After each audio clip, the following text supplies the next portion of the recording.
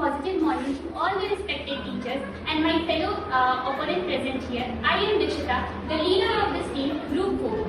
And I want to introduce my team, Aryan, Astha and Stuti. We are in the favor of the topic, Artificial Intelligence, a Threat to Mankind. So let's get ready for a compelling debate. A very warm good morning to everyone present here. This is me, Jia Raj from class 10, standing here to debate on the topic of artificial intelligence, threat to mankind. And our group is against the motion. ओला के बारे में तो सब कोई जानते होंगे। Tesla की self driving car जिसमें एआई का बहुत यूज होता है, वहां पे कैलिफोर्निया में बहुत सारी कार का टेस्टिंग किया गया और जब ये कार कैलिफोर्निया के रोड पे चली तो वो रिकॉग्नाइज ही नहीं कर पाई सिग्नल लाइट के रेड लाइट को और वो मतलब बहुत लोगों का एक्सीडेंट करते हुए चली गई। इस पे क्या बोलना है?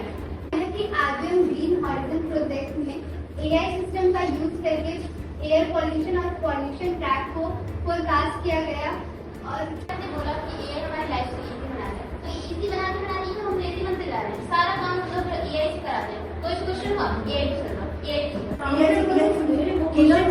किलर रोबोट्स भी आ रहे हैं, आर्मी की जॉब में जा रही है एआई की वजह से। किलर रोबोट्स का एक किलर रोबोट एग्जांपल हो गया T-800 एक्सोस्केलेटन।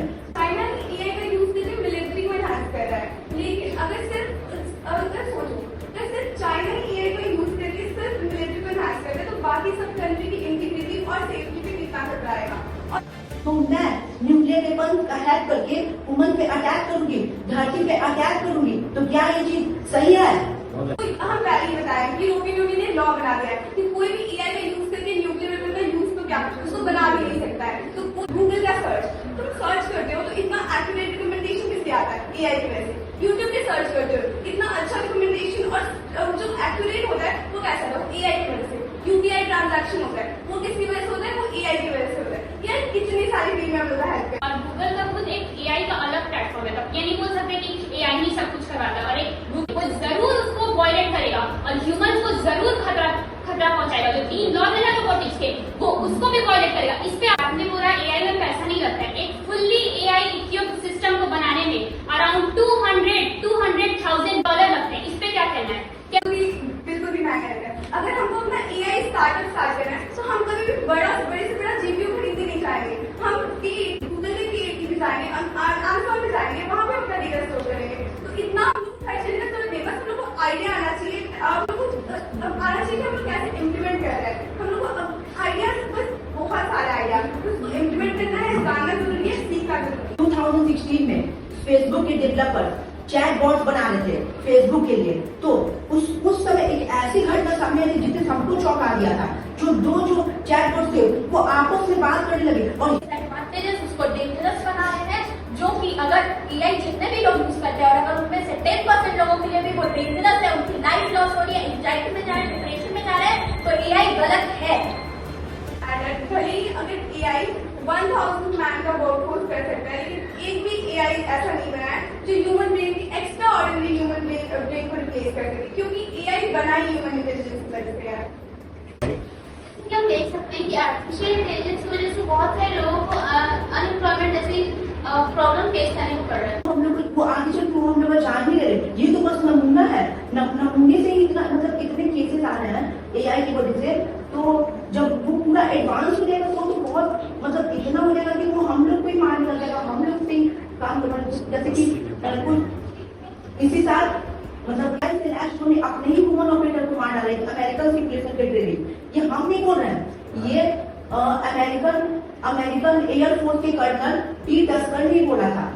आज के टाइम पे एआई की हेल्प से लोग दूसरे लोग अपने फोटोज वीडियोस पोस्ट कर रहे हैं, उन वीडियोस फोटोज को उठा के उसका गलत मिसयूज कर रहे हैं। जैसे कि किसी की भी फोटो को उठा करके उस पर हाथ चढ़ा दे रहे हैं कि हम नहीं रहे, और उनके फैमिली ये चीज देख रही है तो उन पे क्या असर पड़ रहा है, वो किस ट्रॉमा से गुजर रही है, ये कोई नहीं सोच रहा है। और इतना ही नहीं, इस तरीके की और भी सारे गलत तरीके के वीडियोस फोटोज बनाकर वायरल किया जा रहा है।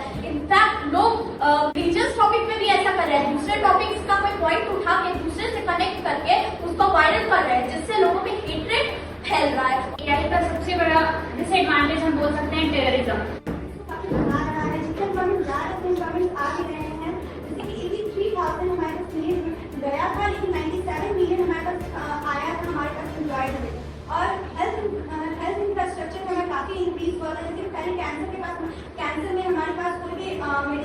इलाज होता है, लेकिन अब हमारे पास है mental health अनकवरिंग पैटर्न्स और इनसाइट जो मिस हो सकते हैं यूट्यूब से, ये वैल्यूएबल है फाइनेंस हेल्थ के फील्ड में। एआई को कंटिन्यूसली अपग्रेड किया जा सकता है विदाउट एनी स्लीप और ब्रेक के, जो कि कंसिस्टेंट सर्विस प्रोवाइड करता है। अगर हम बात करें प्राइवेसी की, तो पीपल्स को पहले प्राइवेसी को लेकर के बहुत सारे डाउट्स थे, तो अब एआई के आ जाने के बाद वो हट चुका है उनका doubt. decision making by making the process faster and smarter.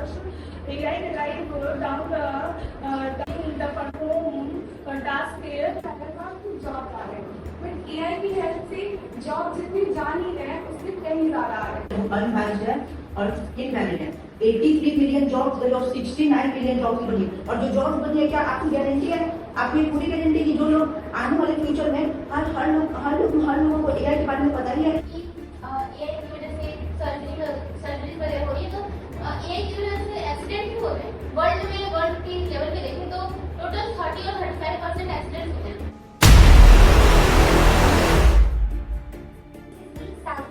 Leader of K1, and we are sitting here to debate on a topic: should the Olympics be hosted in a permanent location or it should be hosted in different countries? And we are in favor of different locations. Good morning everyone, I'm Anshika and I'm from class 10. I'm group leader of group 10, and today I support that Olympics should be held in permanent host countries. Olympic से बहुत सारे फायदा है, मतलब economically beneficial होता है, tourism बढ़ाता है और इंफ्रास्ट्रक्चर भी डेवलप करता है।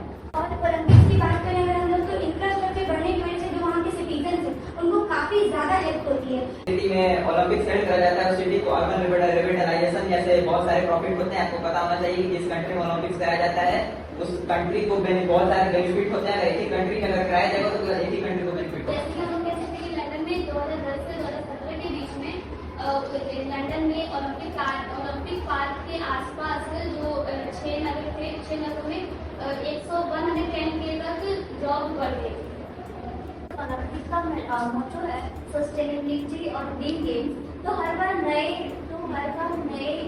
स्टेडियम्स और इंफ्रास्ट्रक्चर बनाना सही है। एक सिटी में ओलंपिक्स होता है तो वहाँ के लोगों को temporary low paying and unstable jobs मिलते हैं। वर्ल्ड के पार्टिसिपेंट्स को इजीली एक्सेस कैसे इंश्योर करें? तुमने कहा कि टूरिज्म बूस्ट होता है, और 1947 ने एक बुक लिख रखा है जिसमें 1996 में उन्होंने स्टडी किया था और उन्होंने 3 विंटर ओलंपिक्स का स्टडी किया। उससे पता चला कि टूरिज्म पर long term benefit, short term long term benefit negligible है या फिर वेरी मॉडेस्ट है। कहा कि ओलंपिक एजेंडा 2020 के अकॉर्डिंग उसने 40 थिंग्स लाई है, जिसमें स्कीम नंबर 1 में ही उसने कहा है कि शेप द गाइडिंग प्रोसेसेस, जिसके अकॉर्डिंग पूरी तरह से आईओसी को भी पता है कि अगर उसको कंट्रीज को लगने लगेगा जब कि मुझे घाटा हो रहा है तो कोई नहीं करवाना चाहेगा ओलंपिक। इसका मतलब आप कहना चाह रहे हो उसका करियर ही खत्म हो जाएगा ना। 2012 कंट्रीज ने बिडिंग की, फिर 10 कंट्रीज में, फिर 7 इस ईयर के लिए सिर्फ 2 कंट्रीज एलए और पेरिस, और ये सिटीज, और ये दोनों ही सिटीज डेवलप है। सिर्फ डेवलप कंट्रीज को तो पता ही है ना कि वहाँ पे अगर ओलंपिक्स होगा तो उनको तो बेनिफिट होगा, अगर शॉर्ट टर्म की लॉन्ग टर्म बेनिफिट होगा क्योंकि वहाँ पे ऑलरेडी इंफ्रास्ट्रक्चर है तो उतना ज्यादा पैसा नहीं लगेगा। मैंने कहा कि डेवलप्ड कंट्रीज और डेवलपिंग कंट्रीज, तो मैं आपको बता दूं कि आपको लगता है कि आईओसी जो है वो एक अपना अगर परमानेंट होस्ट चुनेगा, अभी मान लेते हैं आपकी बात को भी मैं मान लेती हूँ कि परमानेंट होस्ट अगर चुनेगा भी, ठीक है, तो क्या वो एक ऐसी कंट्री को चुनेगा जहाँ पे इंफ्रास्ट्रक्चर नहीं होगा? जी नहीं, बिल्कुल नहीं। वो ऐसी कंट्री को चुनेगा ना जहाँ पे इंफ्रास्ट्रक्चर अच्छा होगा। तो मैं फिर से रिपीट करती हूँ कि अगर एक जगह पर परमानेंट होस्ट हो तो वो पार्टनरशिप कर सकता है डेवलपिंग कंट्रीज के साथ, राइट? और पता होना चाहिए कि इंडिया के 36 ओलंपिक्स के लिए जब बोला है कि हम करा सकते हैं, तो क्या इंडिया डेवलपिंग कंट्री नहीं है? क्या आप ये इंडिया भी डेवलपिंग कंट्री है? तो इंडिया डेवलपिंग कंट्री है, क्या आप ये कहना चाहते हैं कि एक देश केवल इतना मजबूत हो जाए, मतलब उसके बाद इतना पावर दे दिया जाए? ऐसा बिल्कुल नहीं होना चाहिए। डिवीजन ऑफ पावर होना चाहिए। हर एक देशों में अगर डिवीजन ऑफ पावर नहीं हुआ तो फ्यूचर में आने वाले देश को बहुत सी दिक्कतों का सामना करना पड़ सकता है। पहली बात तो पूरी तरीके से अगेंस्ट इस चीज की कि इंडिया में 2036 में ओलंपिक्स हो, तो ये चीज पूरा गलत है। क्योंकि मैं फिर से बोलती हूँ, मैं नहीं चाहती कि मेरा दिया हुआ पैसा इन सब चीजों में वेस्ट हो जाए। मैं चाहती हूँ उसको हमारे लोगों के लिए यूज किया जाएगा। जब इंडिया डेवलप हो जाए तो देखा जाएगा। गलत बोल रही है। आप कल्चरल का शो कर सकते हो और वहाँ पे यूनिटी दिखेगी। पहले मैं आपको बता दूँ कि अगर एक कंट्री, आप मान लीजिए चाइना है, ठीक है, आप सबको पता है चाइना के बारे में, ठीक है, अगर चाइना का ही आप ले लेते हैं, अगर वहीं पर ओलंपिक्स होगा फॉर सपोज, अगर परमानेंट पोस्ट उसे बना दिया जाए, तो क्या आपको लगता है कि वो अदर कंट्रीज को इन्वाइट करेगी कि आओ मेरे कंट्री में यूनिटी दिखाओ? जी नहीं, वो डोमिनेट करना स्टार्ट करेगी। क्यों नहीं पॉसिबल है? कल्चरल फेस्टिवल्स हो सकते हैं उससे, अगर इसके अलावा प्री ओलंपिक इवेंट्स हो सकते हैं जो बाकी कंट्रीज में हो सकते हैं, तो फिर इससे भी कल्चरल एक्सचेंज होगा। मैं फिर से रिपीट कर रही हूँ, थीमेटिक चेंजेस आ सकते हैं, अलग अलग कंट्री जो है वो अपना थीम अपने कल्चर के बेसिस पे वहाँ पर थीम करा सकता है, बहुत सारा कुछ हो सकता है जिससे कल्चरल एक्सचेंज कभी भी हो। दोनों में डिफरेंस है, प्लेयर्स चाहे और प्लेयर्स आए, इन दोनों में डिफरेंस है। ओके, उसके बाद हाँ, ऐसे तो मैं भी कह सकती हूँ कि जो ओलंपिक वर्ड है वो भी एक टर्म से आया ओलंपिया, जो कि ग्रीस में है, जहाँ से ओलंपिक्स जो है वो उसका जन्म हुआ था। तो वहाँ उस प्लेस को परमानेंट पोस्ट बनाना चाहिए, ग्रीस के लिए ऑनर भी होगा, ग्रीस के लिए अच्छा भी होगा। स्टार्ट हुआ था ओलंपिक, ठीक है, तो वो भी इसलिए किया जाता है कि जीसस वहाँ पे एक गॉड है जिनके, हाँ जीसस जिनकी मतलब जीसस ही बोलते हैं इसको, पर जीसस, ठीक है, वहाँ पे एक गॉड है जिनकी ऑनर में इसको स्टार्ट किया गया था। तो आपको नहीं लगता है क्या? सॉरी मैं क्रॉस क्वेश्चन नहीं कर सकती, सॉरी। प्राउड की बात है, बट इसका मतलब ये नहीं कि जिस भी चीज से हम लोग प्राउड करें वो अच्छी बात है। इसमें इकोनॉमिक लॉस है। रही बात चाइना की, तो वहाँ पे उस कंट्री ने $40 बिलियन स्पेंड किए ओलंपिक स्पेंड करने के लिए, बट बेनिफिट हुआ सिर्फ $3.6 बिलियन का। इंडिया में रहते थे, इंडिया में कोई भी नेशनल लैंग्वेज नहीं है, यहाँ पे सारे लैंग्वेज को अपॉर्चुनिटी यूज की है। इंडिया में 40% जो पॉपुलेशन है वो हिंदी बोलती है और बहुत सारे लोग मैनी अदर लैंग्वेज बोलते हैं। तो क्या आप लोग को नहीं लगता कि जो लोगों को इंग्लिश नहीं आती और वो टैलेंटेड है तो उन्हें इग्नोर किया जा रहा है? इंडिया में इंग्लिश लैंग्वेज का ब्रिटिश के बाद आने के, अब तो पहले ट्रेनिंग नहीं होती थी, इससे पहले व्यापार नहीं होता था। एक जॉब एक स्पेसिफाइड लैंग्वेज में डिटरमाइन नहीं हो सकता है, उस पे पर्सन के टैलेंट पे डिपेंड करता है कि उसको जॉब मिलनी चाहिए नहीं। इतने सारे लैंग्वेजेस है और लोग अपने अपने लैंग्वेज में फ्लुएंट है। ऐसे बहुत सारे लोग हैं जिनको बिल्कुल इंग्लिश नहीं आती या फिर वो थोड़ी मोटी इंग्लिश बोलते हैं। अगर जॉब्स का ये नेसेसरी क्राइटेरिया होता है कि इंग्लिश ही करना है, तो जो पर्सन फ्लुएंट नहीं है इंग्लिश में वो अपने मन के फीलिंग्स को नहीं एक्सप्रेस कर पाएगा, तो इसकी प्रोडक्टिविटी भी कम होती है। अगर आप ये बोलिए कि इंग्लिश बहुत सारे लोग उसमें फ्लुएंट नहीं है, तो क्या ऐसा नहीं हो सकता कि अगर हम लोग जॉब हायर लेवल जॉब या फिर जॉब में हम लोग इंग्लिश रखते हैं तो उन लोग के लिए इन्फ्लुएंस होना चाहिए उसमें इंग्लिश को, हम लोग के लिए बेनिफिशियल होगा। जैसे वो लोग इंग्लिश अगर सीखे तो फिर उन लोग के लिए और भी फैक्टर्स में बेनिफिशियल होगा। आप कॉल सेंटर में काम करते हैं और आपको उनसे का कॉल है, आपको उड़िया बोले या फिर मतलब अलग अलग हिंदी अदर लैंग्वेज बोले, अगर आप इंग्लिश में रिप्लाई करते हैं तो उसे समझ में आ जाएगा। तो हम ऐसा कह सकते हैं कि इंग्लिश जो है वो कम्युनिकेशन के लिए सबसे मेन है। आपको पता होना चाहिए कि जब किसी का जॉब लगता है तो वो बहुत सारे जगह पे घूमने जाते हैं, अगर वो बहुत सारे लोगों से मिलते हैं, अगर उनको इंग्लिश नहीं आएगी तो वो अपने कम्युनिकेशन रिसीव नहीं कर पाएंगे। आपको बताना चाहूंगा कि केरला में 90% लोग जो रिक्शे चलाते हैं वो इंग्लिश लैंग्वेज का यूज करते हैं।